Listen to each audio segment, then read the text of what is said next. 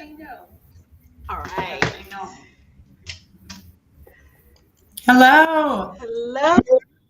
Hello, hello. Good afternoon. Oh, did we plan the I don't know, colors? but if we didn't, it looks like we did. We are live, and we are streaming.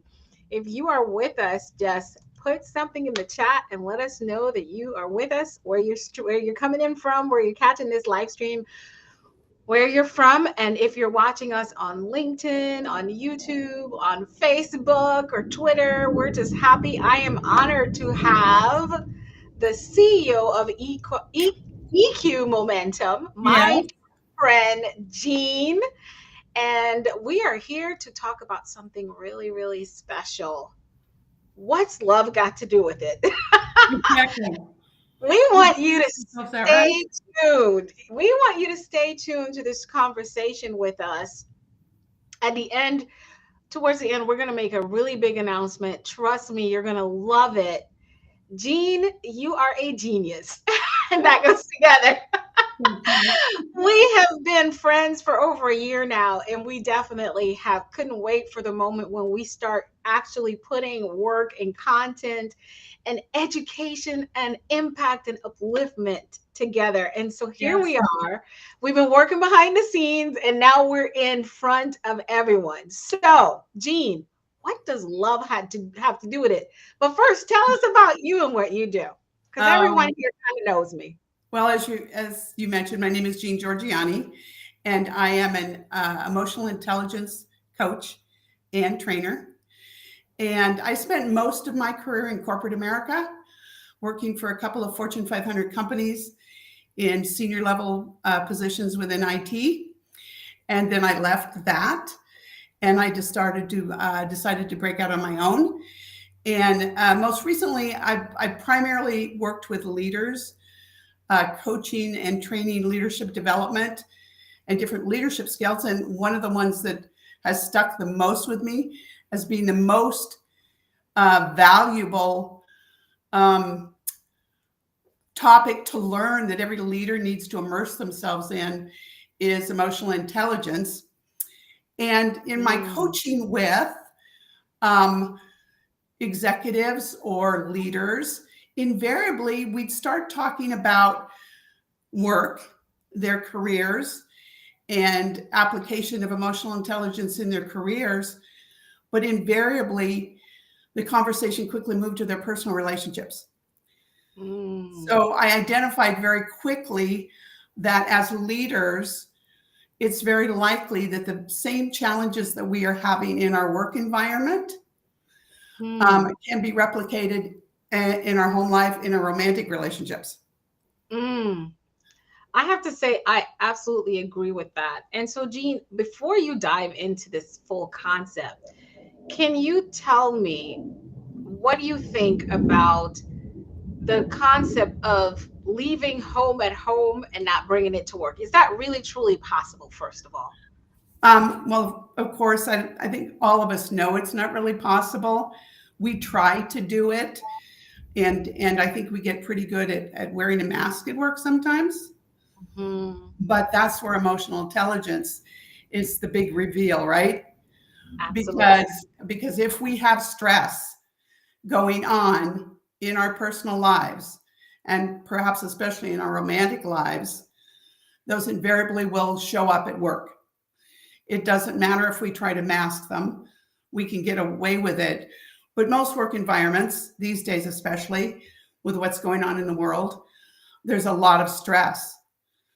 And people's emotional intelligence is always lower under stress. And so I would say no. I mean, we can't totally separate them. We don't just flip off a switch when we walk in the door of work or we sit down on our computer at home and all of a sudden we're not a different person. We're that same person with the same emotional and psychological makeup. Exactly. And so because of that, I absolutely agree because I forever as a corporate leader and manager and even in my own organizations that I've ran, I know that my employees are mothers and fathers and aunts and daughters and sons before they're my employee.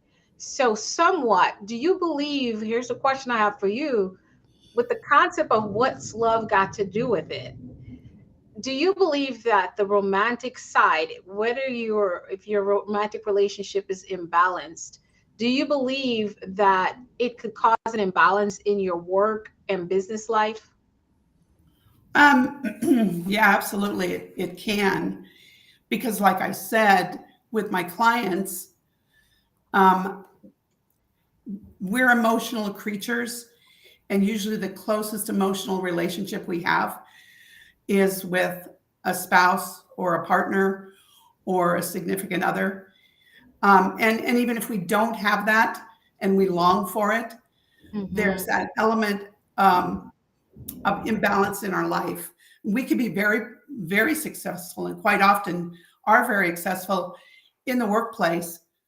But if we have that missing component in our personal life and we long for it, then that definitely causes an imbalance.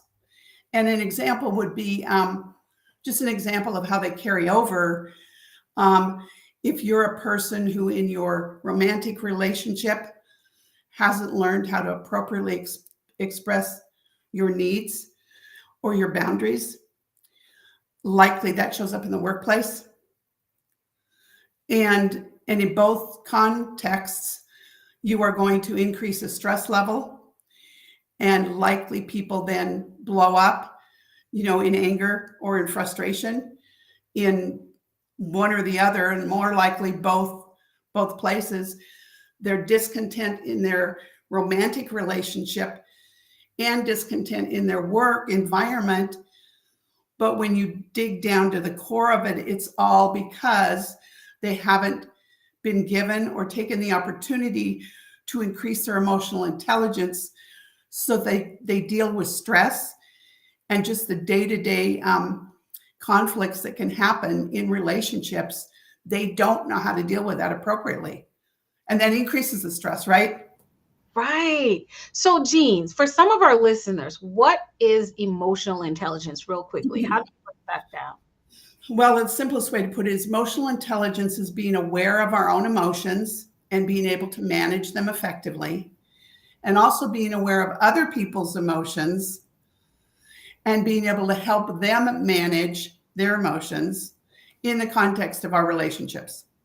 Oh, That's the easiest way to explain it. I Yeah. love what you said in the context of Yeah. our relationship. So basically, you're saying that I should be able to manage my emotions, but also be able to support and respond adequately to other people's emotions and who they are adequately. Right. If I'm getting it right. So I love it. And I'm playing with you like I I'm do. I playing do. devil's I advocate. know that. I love your definition of it. It's so simple, and I think everyone got that. If you got that, just type in the chat that you got it. So when we're talking about what does my romantic life have to do with my professional life as an entrepreneur, as an Mhm. employee, or as a business leader, the Mhm. concept that you presented to us in this link, I want you all to go to LinkedIn and look up Jean Georgianni, and you will see that she has EQ Momentum, the newsletter. You know where mine is. You can find it or just type in her name. I even have her tagged on my page if you go right now, and you'll see that article. So you can follow more on that. But the question I have for you, Jean, what are we missing as human beings with that connection? Per se, I'm married and I have 4 kids. What kind of things from that type of dynamic is affecting my business and professional life? Or I am single, absolutely single, not even dating. What kind of romance and how am I taking that part of my life is affecting my business and professional life? Mhm. Well, if you're in a partnership or married, um, obviously, hopefully, you're in a healthy relationship.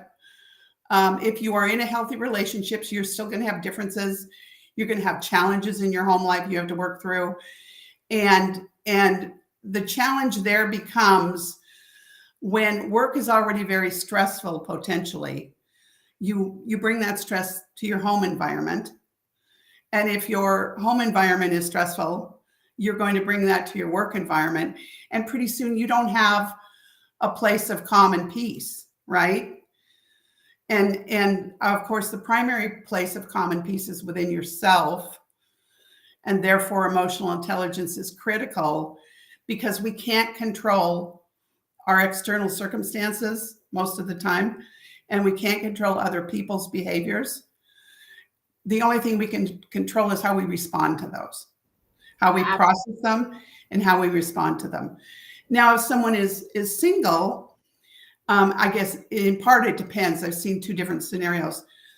I see a lot of people, especially when they get to be over 40, they've had maybe some challenges in relationships, maybe had a divorce, maybe even two breakups and that kind of thing. But they can be very successful in the workplace. And so what happens is they've got this constant push-pull of wanting to have a good romantic relationship, but being so worn out by trying to find it that they just pour themselves into the workplace. And of course, the beneficiaries of that is corporate America. If you work in a corporation, it actually works better for them if you're not in a partnership, because they get more of your time, more of your energy, more of your essence, right? But if you're longing for that absence will impact you at an emotional level that will impact all of your relationships, work and otherwise. Absolutely. I 100% agree with that, Jean. So here's the thing. So you mean to tell me that one gal at work, not this current, not any of my current work, but I'm saying one that I might have had in the past. Might have. You're telling me, might have, may or may not have. You're telling me that her her ability or inability to always want to do everything in the work environment, it's very possible that she does everything at home in her romantic relationship. I can see Absolutely. it because rumor had it Absolutely. from her own lips to my ears that that's how her life is. I'm in charge of, my parents, that are aging. I get everything done. I'm responsible for all the bills. Blah, blah, blah, blah, blah. This is just how I do it. So she comes in the office, she comes in the work environment, and I got hell to pay because I can't, her staff and her colleagues can't Right. get anything in. And it's Right. all like she likes it her way. Well, she has it her way all the time. Her emotional intelligence is not at the spot where she can understand the option of sharing responsibility, because in her home, in her marriage, and in every relationship, she shows up this way. So she's showing up this way. So is that kind of what you're talking about? Yeah, absolutely. And there's even another element of that, because I think many of us can recognize that person. Maybe it's Yes. sometimes we've been that person, right? Yeah. Because as women, we have the capacity to think, with left brain and right brain and multitask and do lots of different things. And it's easy for us to take that over. And Yes. especially when we're used to being in charge in the workplace, we Yes. come home and just by natural behaviors, we take over at home. But ironically, then we resent it, Exactly. right? Exactly. We're doing what we resent, and Yes. then we're getting mad at our significant other who's not stepping up, even though we're not really allowing them to step up because secretly we really want to be in control, right? And Exactly. and I got a big aha several years ago from my then amazing but now deceased husband. And he said to me in a very loving way one day when I came home from work, we were talking about something. He goes, "I'm not one of your employees."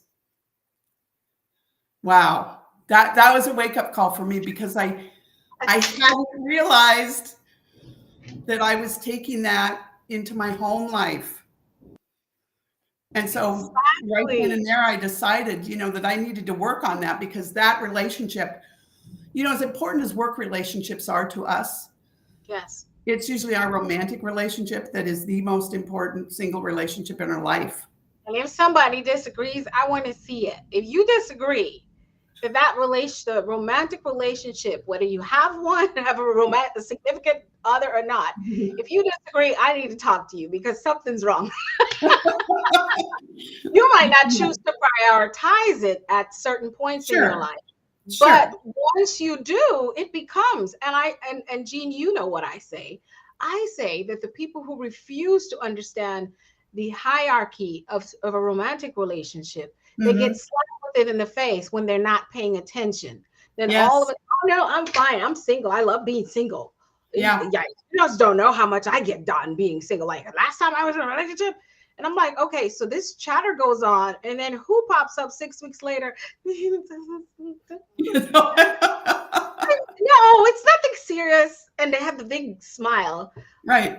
We're just friends. And then boom, you're in this whole conundrum because you weren't, as I would say, intentional about it. So I Yes. would prefer to knock some sense into our viewers' head, not physically, but to say the romantic relationships are very high in the hierarchy of the human need. Relationships in general, but we talk about, my best friend, Dr. Kareem Ellis, he says that the mastermind between the husband and wife is the greatest mastermind on earth. And I agreed. And so that's where all the struggle. We're not going to talk about that yet. That will be another live. But if Mhm. we understand that is so significant, and the way you just explained it is that you were the boss at your job and you came Right. home and you went, and girl, I did that too. Yeah. Listen, my Yeah. young years, I did not understand. I didn't have that high EQ. And so Hmm. I didn't know. And even my ex-husband didn't know.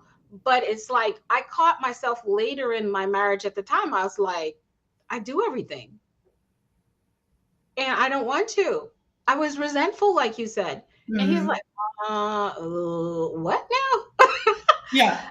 Like, yeah, we got to share these responses. Yeah, I'm like, you need to cook because I'm in school, and you need to handle the bills at the end of the month. And he's like, so, but I was still divvying out the orders, okay? Yeah, you And he's were. like, and he You was were giving like, assignments. he's like, am I? And I'm like, yes, you are, because I'm so tired. He's like, but no one tells you to do it. You've been doing that all the time. I said, but I don't want to anymore. I really need to stop being the boss of everything. And I don't want to be the boss. I just want to be a girl. And Yeah. he's like, okay, I'll help. And so he stepped in. Right. I didn't have a high enough EQ to articulate my words properly, but that resentment is what you spoke about, definitely comes in. And so I Right. want to say we've got a couple of people that are tuning in. Um, we've got we've got David Staples, my good friend. Hey, David. He said very good topic. He loves hearing this.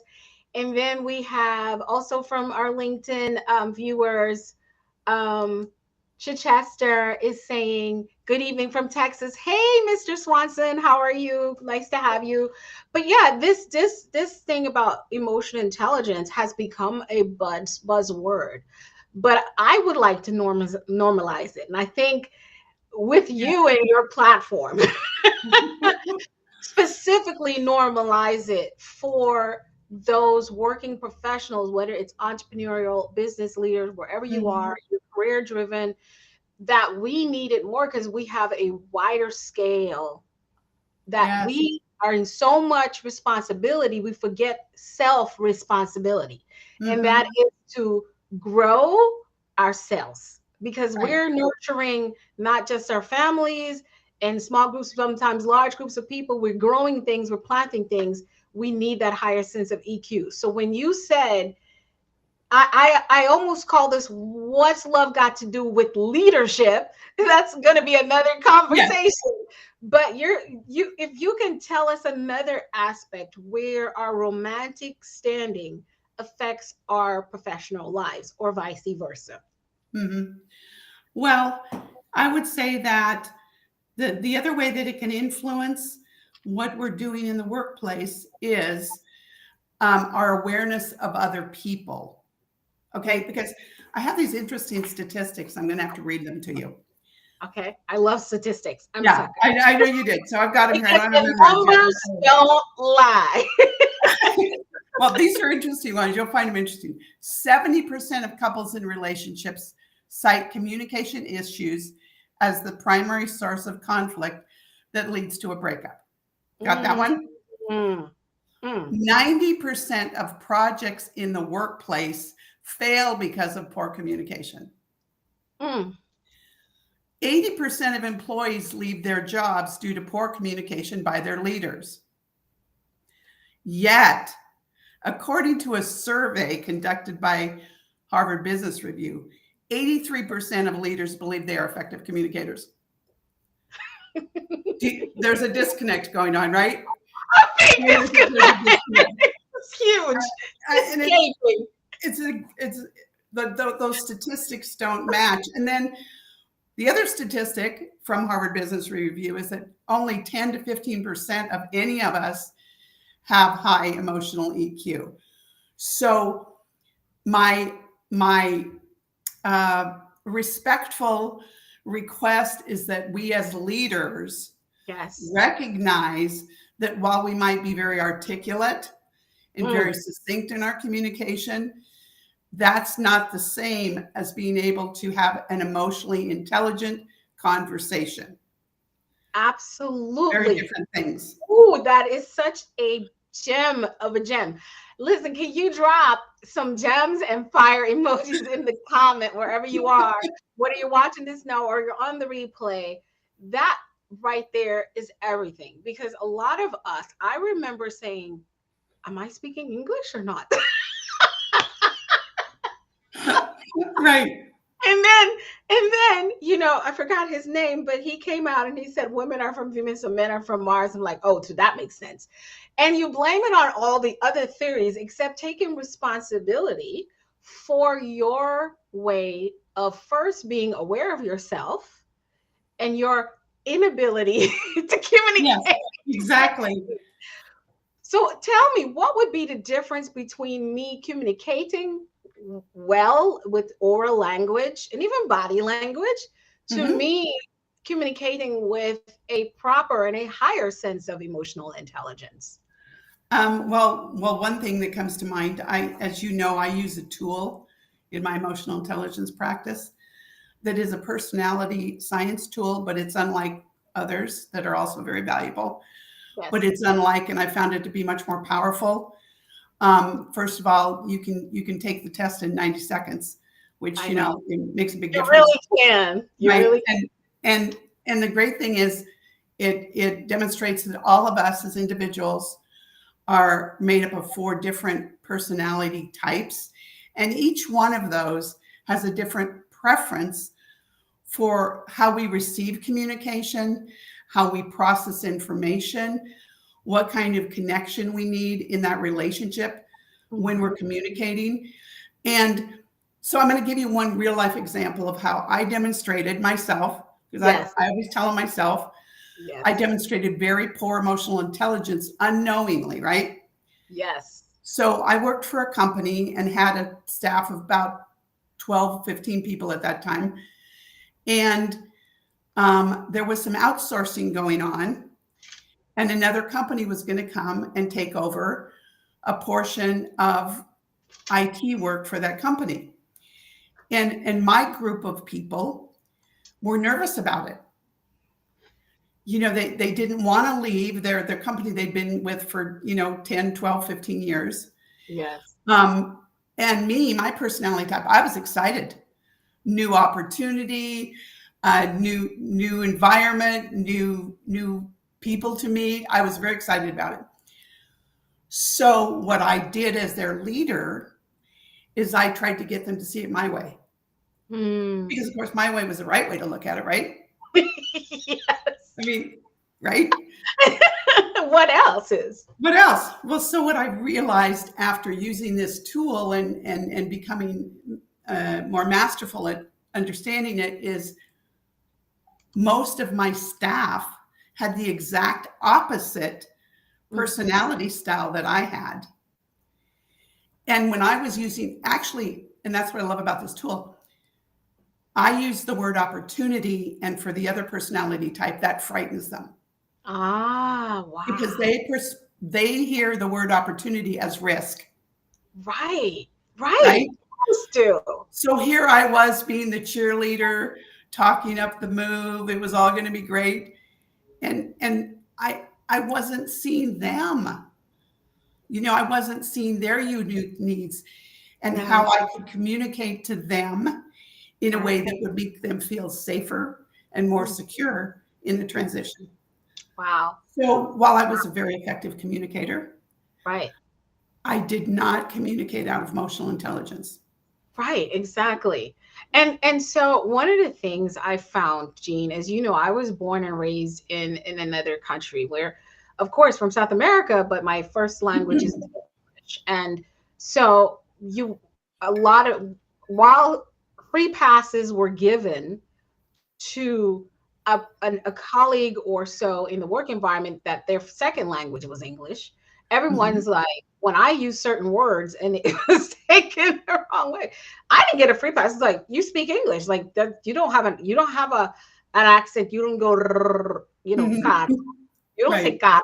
And I'm like, I do. I say kiar. You just don't know. But, but I learned how to speak a little bit of better American English, but speaking it and enunciating the words is not the same as the interpretation and how words are used and in context inside of the American society versus that of a country that is South American, Caribbean / British English. It's Right. different. Like I use Right. the word, I say I'm very anal about things, and people are like, say that. What did she? And in our British English, we're usually like I said, oh, I have to urinate instead of saying I gotta go potty. So when I came, people said you're bougie because you're talking over our heads by saying urinate. And why Ah. you have to tell me what you got to do anyway? That was like you don't need to tell people what you need to do when you gotta go to the bathroom. You just gotta go to the bathroom. So I had Right. to learn. Now I could have gone into an argument and it had I felt like it was in one day in the early part of me arriving in the USA, the people who I worked with would just hammer away. Once they caught that I was just using words, they would just hammer away. The emotional intelligence, they didn't understand. Look, first of all, this woman just left her entire life and business to move here because she's got family here and she has to be here. And Right. she's learning our way. And now we're just the emotional intelligence wasn't there to be like, okay, I've seen things where people are like, okay, that's enough for one day.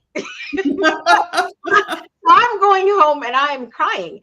And up and now, because my emotional intelligence, my self awareness, understanding that that is a possible barrier and also a possible communication, um, happenstance that could happen, I literally allow myself to just quickly say, oh, got it, and just move on. But instead of, why are you so where is so easy to me? I hate Right. it here, Right. I had to Yeah. move forward. And then for the people in my life who I'm close to, I share with them that, there's still some things that I don't understand clearly. That is the way of saying it and doing it in the USA. So Dr. Ricky Galloway, hey Dr. Ricky, my good friend, said cultural awareness. And so cultural awareness is part of that emotional intelligence piece. Yes. And so Yes. cultural awareness too would bring us to the point of being, when we become self-aware and we take responsibility to interact responsibly, taking responsible for how we interpret other people's communication and how we reverb it to them, that would help to be that cultural sensitivity and awareness. You see, so it all gels together. Self-awareness first, as you said, and that higher sense of self and taking responsibility to be responsible for how you communicate and how you interact with people. Now you're coming as a light, a beam of light that Hmm. is now not just shining, but also helping others polish and clean up, but taking responsibility for how you interpret their level of emotional intelligence. Ooh, that's hot. I said Right. it myself. Yeah. And then the other thing that I would add, though, that's quite amazing is, and cultural awareness is obviously very critical, yet what we have found is this particular science that is used transcends cultures Yes, yes. because it goes to a deeper level, a deeper human level Mm. that, and in your scenario, Hmm. I mean, I would suggest that even if somebody didn't come from a different country, Right. if they use different words that you're not comfortable with, that Tell it's not appropriate to pile on them, right? exactly. I mean, And that's not emotionally intelligent. not emotion, and it happens just from here in Arizona. I've been here for about 5 years. The language and how we use words here different from how we did in Florida, where I lived Yes, for 14 years.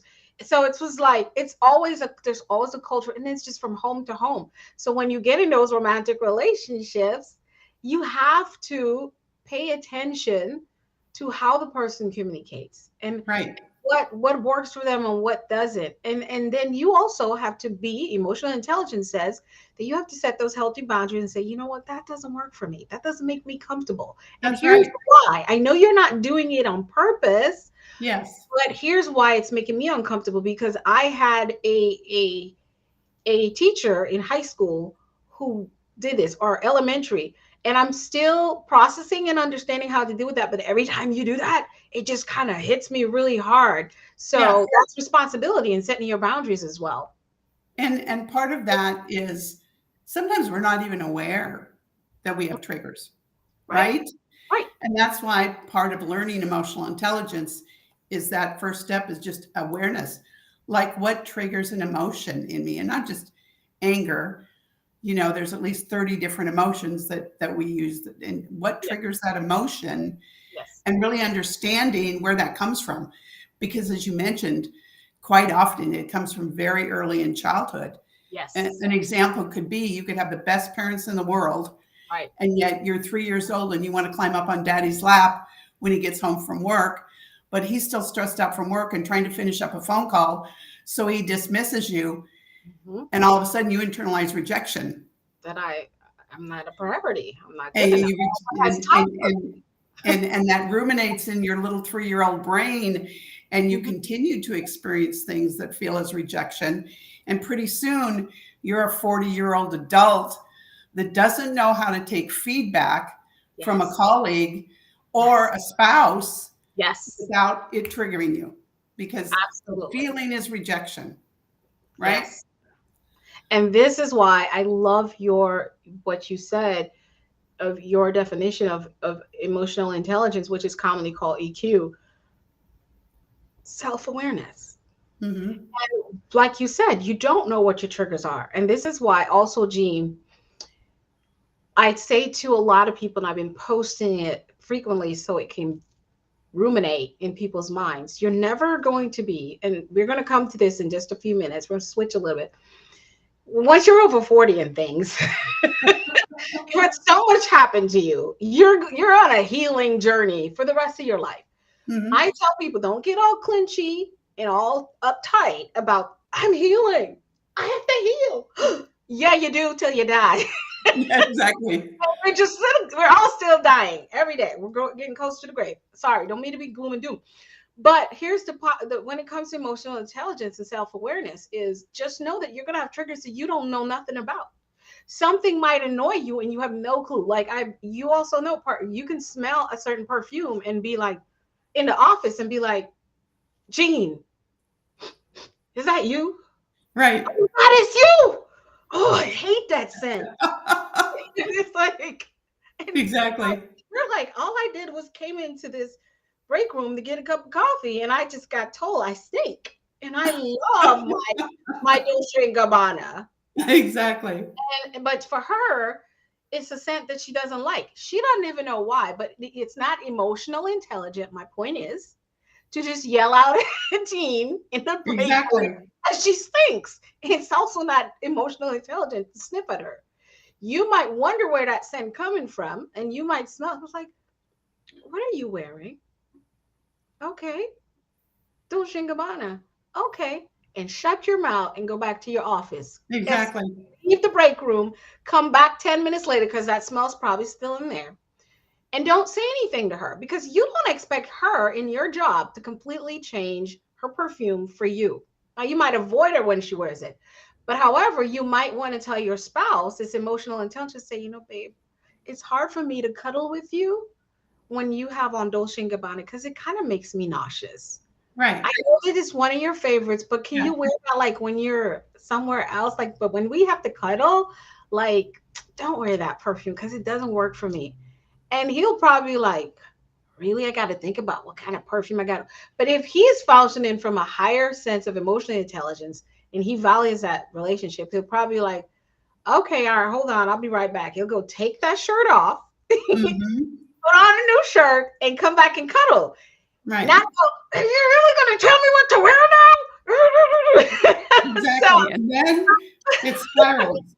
but do you see, I was doing those two examples because the same person who says you stink in the break room is the same person who's going to come home and tell her spouse or his spouse that you stink. And it's going to Hmm. start an argument at 10 at night on a Saturday night when you're supposed to start watching the movie. And it's going to cause you to have friction with an employee, with a coworker or an employee in the in the workplace. So either way, it's how you communicate things, and that makes sense, but it will be an awareness that says, I don't like this scent, it's upsetting to me. So I have to figure out, how do I remove the scent from me, or I remove myself from the scent. Hmm. Yeah. Right? Emotional intelligence. Did I get that right? You did get that right. And a core part of emotional intelligence is remembering that the world doesn't revolve around us. This is why I said, how do you Yeah, get it removed from you or you removed from it? Because exactly. you said this very early in the conversation. I only have control of my intrinsic and my extrinsic, not everybody else in the world around me. Correct. And Yep. so so here's the question, Jean. Are you ready? So I if think so. my partner doesn't want to stop wearing that perfume, what am I supposed to do? I'm breaking up with him, just plain. Well, if it's that important to you, if that's a deal breaker, then maybe, but I would suggest you should look at all the positive attributes of that other human being Oh, and make the wise decision, right? I don't, I've never seen a relationship, if it's a healthy relationship, it's not going to break up over perfume or a scent. something If else. it becomes a deal breaker, there's many, many other underlying issues that have been going on for some time, Absolutely. right? Because there's nothing you wouldn't want to consider doing for someone that you absolutely care about. And that is the essence. So we're talking love and business, work, leadership. What does love have to do with it? We're saying that your emotional intelligence and how you relate in your romantic relationships is the same you would in your professional life, and vice versa. You can challenge us in the chat and we will come back and answer your questions. But here's the thing, what's love got to do with it? For me, love has everything to do with it. And that's why I preach about self love, self responsibility, self awareness. Mm-hmm. So much is at the core of all my messages and all my teachings, whether it's the leadership lesson or a mindset shift that you need to make. So here's the thing, Jean, you have put together, girlfriends, an Yes. amazing program that is Thank going to you. be launched in 4 days. We're 4 days. I'm 4 so days. excited. Yep. It is called, tell us. It is called Say Yes to Love After 40. Guess who's over 40? And guess who's one of my amazing expert speakers? This Yeah, girl. Oh that my girl. Yep. goodness. Oh my goodness. We have 21 expert speakers on all types of topics around saying yes again to love after 40. Because in my experience, so many people shut down, Yes. and they shut down a place in their heart that really does want that connection and their partner and that partnership for a multitude of reasons. And we cover things even like lack of energy. You You work hard all day long and you come home and you just don't have energy. Well, why is that? And how can you heal that? Yes. But then how can you also heal the emotional impacts of loss in your life? Yes. And a lot of other topics around saying yes. It Yes. takes that one step to not give up on yourself and humanity and say yes to love, even after 40. Absolutely. And so, guess what, friends? I know you all have seen the flyers on my social media about me being a part and being one of the speakers and presenters in this program. Share So, your yes, topic. It's a really good one. my topic, I'm so excited about this because I know they're like, well, you're the number one mindset disruptor. Why are you talking? Well, what else is Right. keeping us from saying yes to love over 40? Your BS. All of it, and everyone knows. I mean, I don't know if you saw, I have the one of my keynotes is just get your shift together, and I talk about your BS. And so in this program, I ask the question: is it your BS that's stopping you from getting the love that you desire, especially when you're over 40? And so you're like, Dr. Lisa, what's BS? Your belief system. Your belief systems is at the core of everything, how you do everything. And you all know I say, think, speak, do, become. What you think, how you think is what you begin to speak, is the repeated action that you do. And then those are the results you're getting. So if you think, and Jean, I'm just going to do a little one. For example, we talked about how I Mhm. am better off being single. Yeah. One of those belief systems that you have, one of those limiting beliefs that you are better off being single. And y'all know Gene and I already dropped it down that romantic relationships is a high up in the hierarchy of needs for human beings. And also that who doesn't want to be a part of that mastermind? So if you're thinking that you're too old or whatever it is, you have to get in on this entire uh, program that is going to be over how many days, Jean? 7 days. 7 days. It's pre-recorded though. It's Yes, pre-recorded. So all you have to do is register and you'll get 2 or 3 recordings uh, over those 7 days. absolutely. So I'm dropping the link here in the chat right now. And here's the thing, it's not just me talking about your belief systems and how that could be blocking. That's so exciting. But we also have specialists that are going to talk about, tell us, Jean. Let's see, we talk about mindset, as you mentioned. We talk about health. We talk about just dating in general, right? I mean, the real nuts and bolts of dating. We talk about what prevents us from having successful relationships. What are some of the wounds that we carry with us into our relationships, and how can we break out of those and have a successful relationship? I've really, as the host of the event and also as a contributing expert, I've really tried to look at all of the things that prevent us from having or seeking love after 40, and found an expert or one or two to talk about each one of those areas. Absolutely. And can you see my screen, Jean? Can you see it? No. Actually sharing our, Oh, let's see, it might pop up now. Is it there? I see the link. Oh no, I'm trying to share. Okay. I'm not so good at this, but I try. Let's see. So I have share screen. Oh, I have to bring it in. There we go. There There we we go. go. There There's we some of go. our speakers. There we go. And there are speakers. We've got all kind of experts. She has done it. Jean, I am so happy because I know you have been birthing this baby for some time. It's been in your heart and you did it. So congratulations to you. Thank you. And Just thank you awesome. for being a featured speaker. I am absolutely honored. It is my honor. Look at the award-winning speakers. I just love Martha. She said dating coach for grown ass women. Listen, Yep. Yep. We got She's great. mindset She's great too. success mentor, Jerica. You've got transformational leadership mentor, psychologist and relationship coach, Julie Schaefer, Dr. Julie Schaefer. And then, oh, some girl, I think I've seen her on Dr. Lisa Whyte, #1 mindset disruptor. We've got Yolanda and Mark, both motivational speakers, and they're Yeah, bringing. I think I brought in two different power couples to talk Yes, about how to I make a see. relationship work under stress.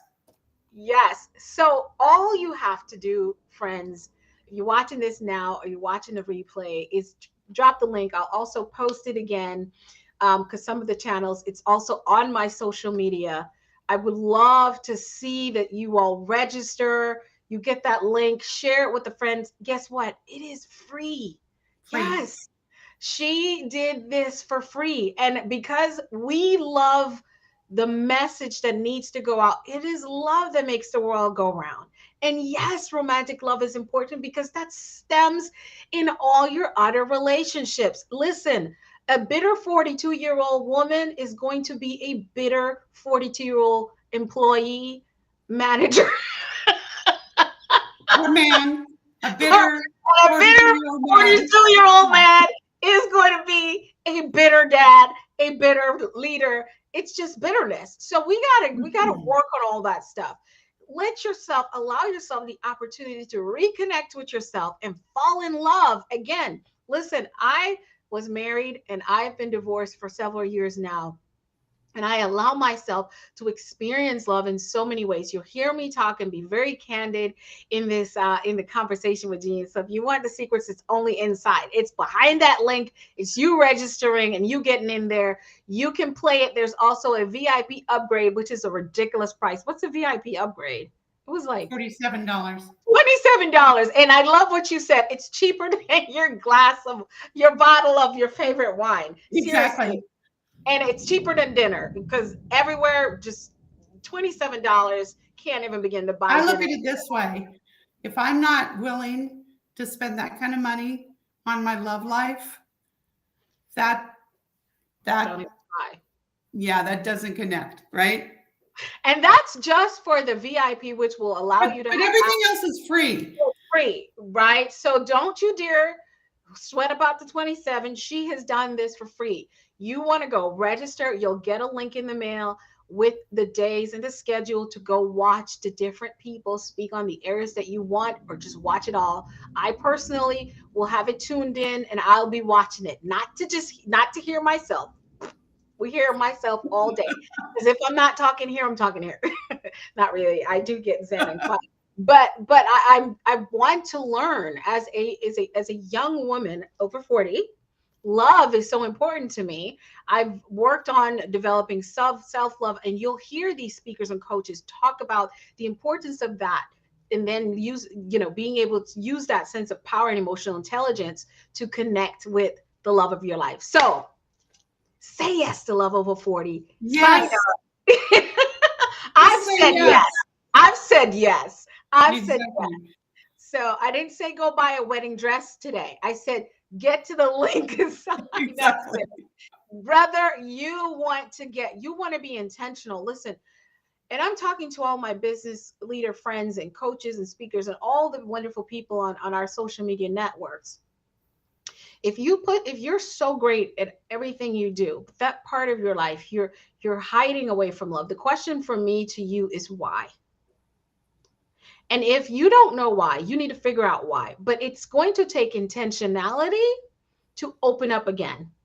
Or if you just gotten too busy and it's time is running away from you, there's a reason for that. You're not saying yes. It's simple. You're saying no. So Yeah. everything you're not attracting, you're not doing anything. No, you're not meeting anyone because you're saying no. So we want to ask you to be intentional like you are with your businesses. Be intentional like you are with your career. Be intentional like you be to say yes. And I'm a part of this because I believe that this is the mastermind of a lifetime is to have your significant other. And you will hear why I said that inside of this presentation that I did with Jean for Say Yes to Love. So jump on in. I'll keep sharing it. It's all my social medias, and you get to go ahead and follow Jean on all social media as well. Jean, how can we connect with you?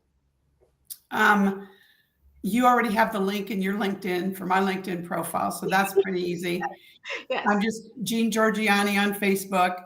Same thing on Instagram and Twitter. So you can find me those places. Exactly. So it's been such a fun time talking to you, girlfriend. Thank you for all the viewers that's been tuning in. Yes, We thank you. appreciate you. And if you're watching this, just type, if you're watching this later, just type replay and say yes to love. Join us. And remember that love has everything to do with it. But first, love yourself and become self-aware. Take responsibility for your actions. That's the only thing you have in control of, and you're stepping in high emotional intelligence and rocking out this thing called life. Jean, do you have anything Yeah. else you want to say? No, just thank you so much for hosting this, Dr. Lisa. You're wonderful, and I appreciate you. And let's all say yes. I'll say yes. For now, I remember everything begins with a thought. How is your mindset? Live passionately in purpose. And we will see you at another time that we will announce soon. Bye for now.